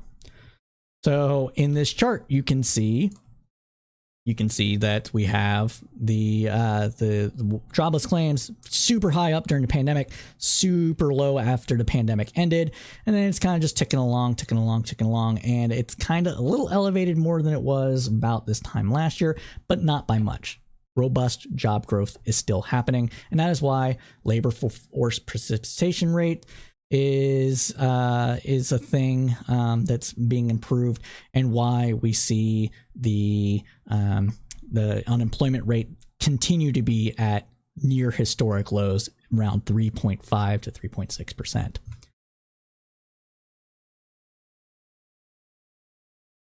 Now, the U.S. economy is widely expected to cool in the coming months, as we've stated. And since consumer spending accounts for about 2/3 of economic output, a weaker economy typically means softer spending. But economists don't expect a recession this year. No, not this year. Now, while they are expecting it to happen, it's possible it will happen next year. God forbid. Now, while Goldman Sachs recently reduced its bet on a U.S. recession, the Wall Street banks still think there's about a 15% chance of an economic downturn. Now, in more economic news, the Federal Reserve Board is back to full strength. So the Senate confirmed Adriana Kuldrell to the Federal Reserve Board of Governors on a 53-45 vote, approving the central bank's first Hispanic policymaker, capping a Biden administration's diversity push at one of the world's most powerful economic institutions. Kuldrell confirmation comes a day after the Senate confirmed Philip Jefferson as the Fed's second black vice chair, and Lisa Cook, the first black woman on the board, to a full term of 14 years. These new members' confirmations bring the governing board of the Fed back to full strength. And finally, in economic news, we have consumer census report. So based on reporting from Fortune, the U.S. Census Bureau's most recent income report found that Americans' real incomes fell by 2.3% in 2022 compared to 2021. The Census Bureau calculates real income based on factors like wages from work, Social Security benefits, retirement income, public assistance, unemployment insurance benefits, etc. That's the largest decline in inflation-adjusted household income in over a decade, proving that inflation sucks. Okay, it means that in 2022 compared to 2021, well, you made less money, even if your wages went up. Made about 2% less, unless your wages went up by like 20%. So there is that. Now that's the continuing on. It's been a rough few years in general for the American worker. Last year's decline comes after real income stayed relatively flat in 2021 and declined in 2020. Pandemic-related stuff. Before then, real income had been on the rise since 2012. Getting out of the Great Recession, having low inflation, we saw an increase in workers' wages. All of the good economic news, low unemployment, healthy consumer spending, doesn't mean much if the everyday American consumer. So before then, real income had been on the rise since 2012, with coming out of the Great Recession and generally low interest rates as well as low inflation. Now, all of the good economic news, low unemployment, healthy consumer spending, doesn't mean much to the everyday consumer if they have less money in their pocket at the end of every week than they did before. Years of rising prices and recession fears have taken a toll mentally and materially. Quote, though the economy is improving, the everyday consumer is not feeling the benefit to their wallet. Christine Channels, head of the client services and community banking at Bank America, previously told Fortune. The Census Bureau also reported that poverty increased sharply last year, particularly among children. The supplemental poverty measure rose from 7.8% in 2021 to 12.4% in 2022, the largest one-year jump ever recorded. Poverty among children more than doubled to 12.4% after hitting a record low in 2021 of 5.2%. It's no coincidence that the poverty metric spiked in 2022 when many federal COVID-19 relief programs expired. So this was a manufactured crisis caused by the pandemic and pulling back of aid to low-income families. Not only does that aid include that, but it also includes the Enhanced Child Tax Credit, the CTC, which was credited with significantly reducing childhood poverty, as much as 50%. The credit included direct monthly payments to many families with children, which they then used to pay for things like food, clothing, and school supplies. Parents reported being more financially secure. When Congress allowed the CTC to changes to expire at the end of 2022, economists and experts warn that children. When Congress allowed the CTC changes to expire at the end of 2022, economists and experts warned that children would suffer. Child poverty essentially reverted back to its 2019 baseline last year. Quote, the increase in childhood poverty in 2022 is largely the result of the expanded child tax credits expiration, Columbia University's Center of Poverty and Social Policy reported on Tuesday. The report found that if expanded CTC had still been in effect in 2022, quote, the child poverty rate would have been 8.1%, preventing much of the historic decline in child poverty, or preserving rather. God damn it. The child poverty rate would have been 8.1%, preserving much of the historic decline in child poverty of 2021. It would have kept 5 million children out of poverty just last year. The fault for this lies with Congress, not with the Biden administration. And that, my friends, concludes this segment of the News Roundup. What do we got here?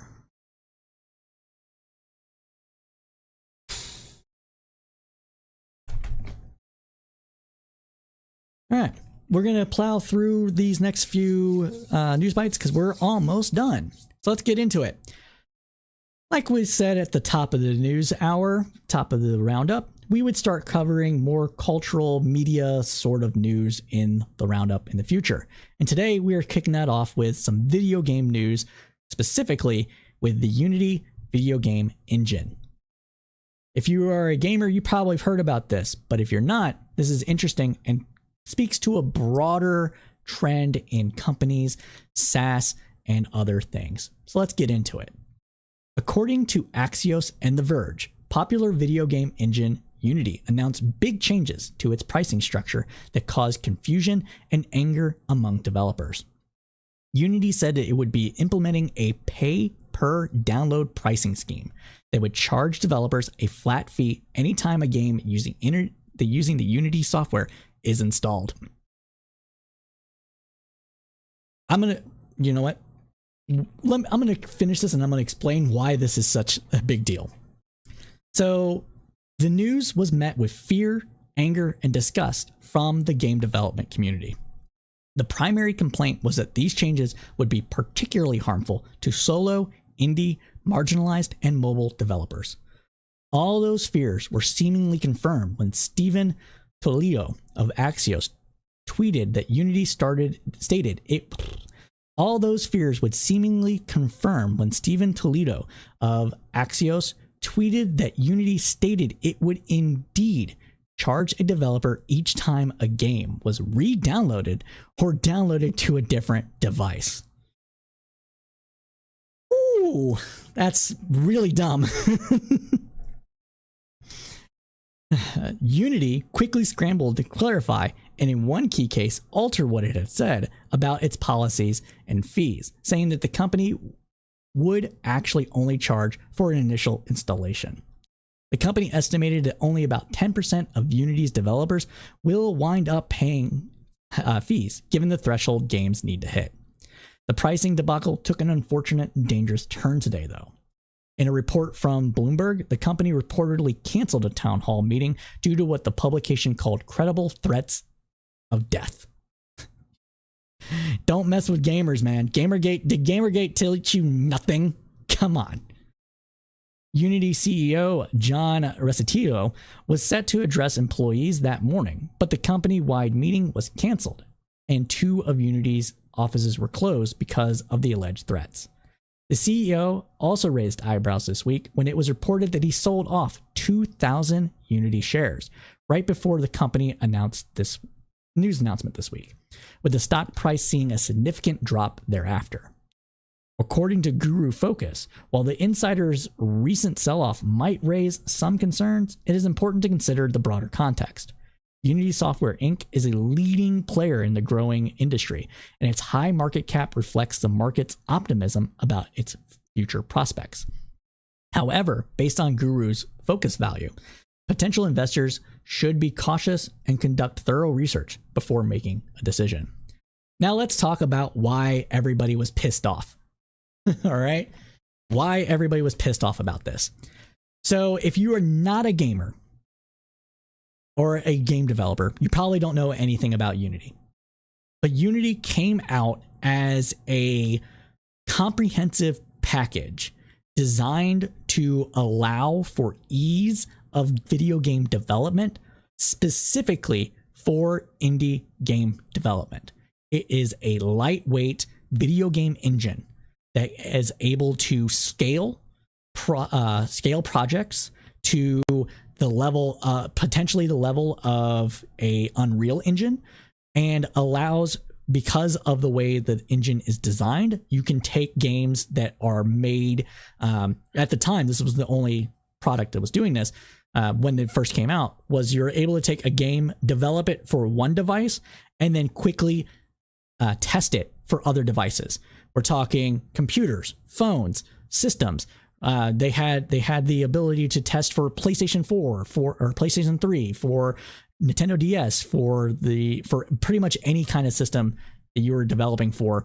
It could test and see if your code would run and your game would run in said system, and more or less actually mimic the system pretty well. And so it allowed for quick video game testing and development. And because it was a comprehensive package and people were able to sell assets on the Unity store, which was compatible with Unity, which was able to scale up for graphics or scale down for graphics, depending on the device that you're developing a game for, it allowed a lot of possibilities to happen. Some MMOs were developed in Unity. Some very popular games were developed on Unity. One of the bigger games that was developed initially with Unity was Rust, a survival game. Unity is used in a lot of mobile games because of its scalability, for its ability to downscale graphics, and for its ease of code and its project management. And so this was huge in the video game world. It gave people that always wanted to be a video game developer and were developing text-based games and like a wealth of tools such as Speed Tree and other things like that were developed for Unity, to develop actual games rather than just text-based or Python-based Flash games and the like, and sell them to the market. It allowed a lot of people to become developers without having to have formal training or getting hired by a big studio. And so when this news came out that they would charge per download and charge that download for developers, that's a huge downgrade of what it was doing, where you had to buy a license to use Unity, strict license based on how many units of a game you sold. If you were able to, I think it was up to 100,000, where you had basically an amateur license, and you could just use it. And then once you get like 50,000, you had to pay so much money, and it was like a yearly license subscription sort of thing. With the number of downloads, that made it to where a indie developer that suddenly like blew up with a single game that they made would have to pay a lot more money out for that. And this united all of gaming against this change, because it is such bullshit. Essentially trying to basically just squeeze more money out of the video game industry for their own pockets, when they should just slightly raise rates for licensing, or maybe, have a one-time buy for video game development if you plan on selling the product at all. Like, that's what they should have done. They shouldn't have done it this way. So that's why this is huge, because this is a similar thing to what studios are trying to do in squeezing writers and actors and other creatives out of more money. This is similar to the things that we're seeing in other industries, where, like with Uber and Lyft, trying to squeeze more money out of the businesses the businesses they work with, the drivers, etc., because probably interest rates are high, so them getting easy money from investors is a lot less, and therefore they need to come up with the money somehow. God forbid they just take a profit hit. We can't have that in a capitalistic economy. That shows that you're failing. Nobody's good. There's no such thing as good enough in capitalism. And that is why we wanted to report on this story.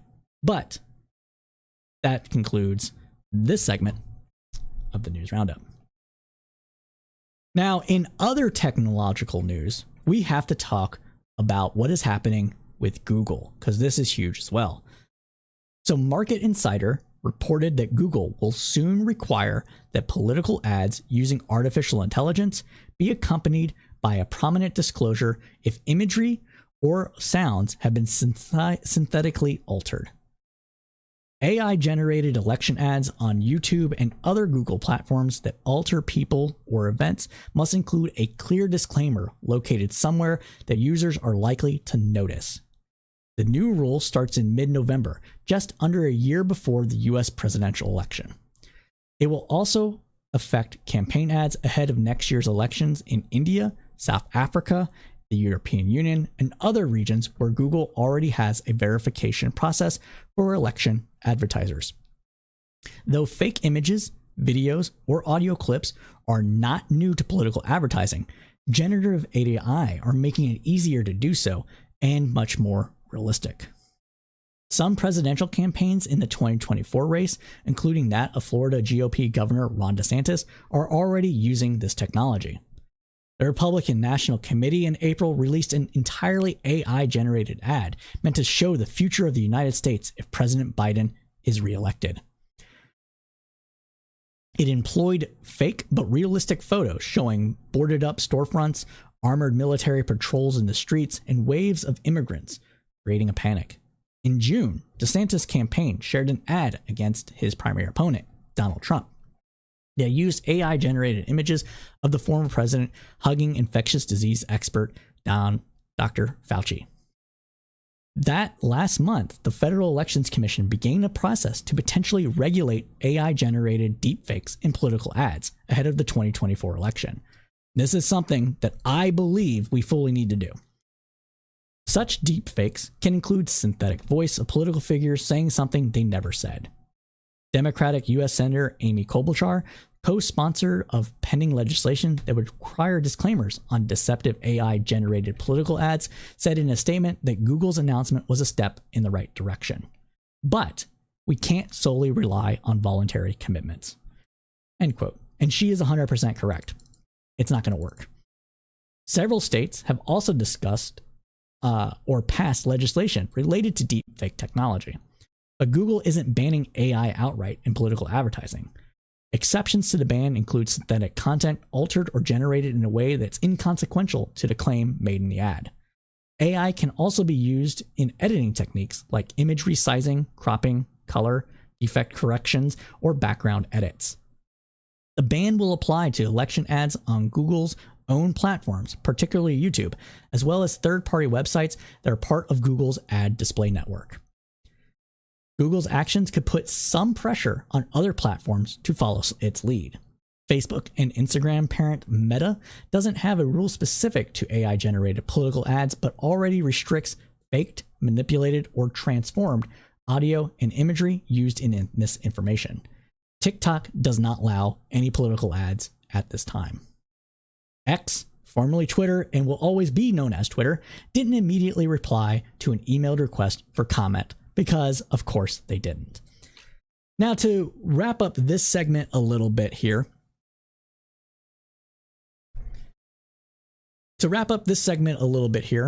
the reason why we need regulations on this, and I'm not saying we shouldn't allow AIs, deepfakes, and that stuff to exist at all. We can't really stop it at the source; it'll get circumvented and what have you. But we need regulations on sharing it, who shares it, where it's shared, etc. Is because people believe what they see, and if it's a really good deepfake and it plays into their biases, then they're going to believe it. And no amount of, hey, that's fake, is going to dissuade people. And this should be obvious to everybody, because there are already clips taken out of context that go viral on social media, and people are like, oh, look, so-and-so is a fucking idiot. He said X, Y, and Z, when it's like chopped up just barely chopped up, and it's just jump edit cuts. And it's like, oh, they did the jump cuts really well, but it sounds like there's not a jump cut, but there's a jump cut. What if it's just audio? Like, all of this is very important to know. And this is why we need sunshine laws. We need to know where an ad comes from, who pays for it, who donated to pay for it, etc. Without these things, without giant sunshine laws, without maybe some forms of regulation on when ads can be released or something, I really fear for the political landscape when these things are used in nefarious ways. Picture this, right? This is one that's easy. Somebody takes a president, it doesn't matter who's president, any president. The current president of the United States is giving a press conference, right? And somebody hijacks the live feed of that press conference. Nobody notices it. And in that hijacked live feed of the press conference, they have the president of the United States say something atrocious. Maybe threatens war with somebody, or gives an order to like start doing something. What's going to happen? What chaos is that going to cause? How do we prevent something like that? These are the questions that need to be asked and answered before the technology gets to a point where you can't tell the difference between a deep fake and a live video or a real video. We're not there yet. There are easy ways you can still eyeball a video and be like, it looks fake. But that's not always going to be the case. And it's getting better and better every year,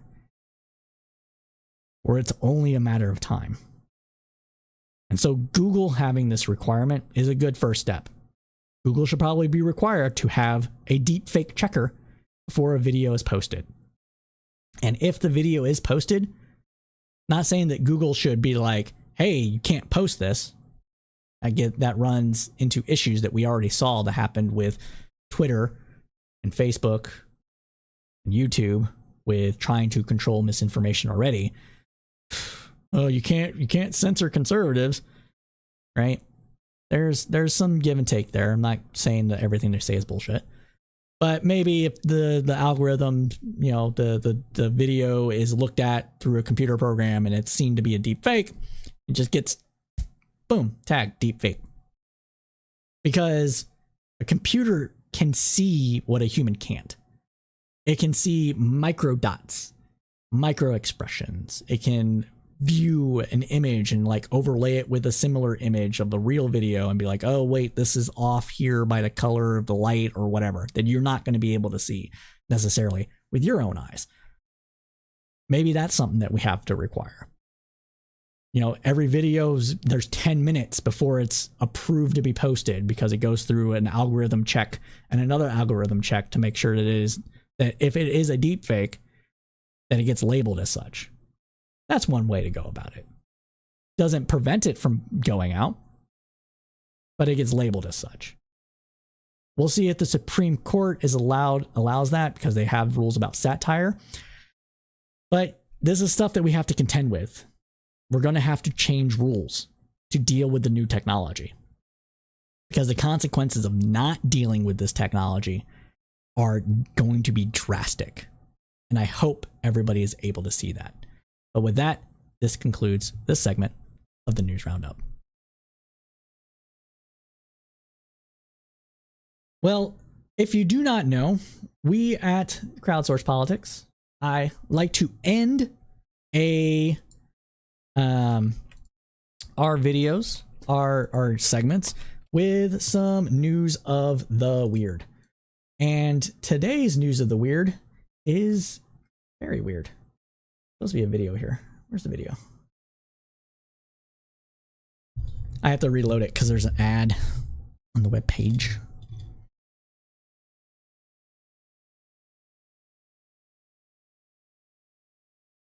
Come on. Okay. Oh, wait, what? Is there not a video? Okay. Okay, it's just playing ads. Anyways, we'll go ahead and talk about it, and I'll just show you the static images. It's fine. I had a video. We'll get it. We'll get it situated at some point. Doesn't look like there's maybe there's 2 ads. Anyways, we like to conclude our news of the roundup with some news of the weird. A little palate cleanser, some news that we find interesting across the world that is fun, entertaining, weird, or whatever else in between. And this week's news roundup news is pretty freaking strange. Let's talk about it. So, a man who was attempting to cross the Atlantic Ocean from Florida to Britain was arrested just off the coast of Tybee last week, according to the Daily Mail. Reza Blachoui, 51, was detained after traveling 70 miles following a 3-day standoff with the U.S. Coast Guard. What? What's going on with that? What's going on with that? Well, this is what's going on with that. Look at this nonsense. What? What is this? What is that? So the hamster wheel consists of a metal drum with paddles on either side of the contraption that can float, which allows him to run across the surface of the water, something that the Coast Guard would refer to as conducting a manifestly unsafe voyage. Look at this. I mean, they're not wrong. It is very unsafe. Whether or not it should be banned, that's the question. Oh, here's the video. Why did it play over here? All right, hold on.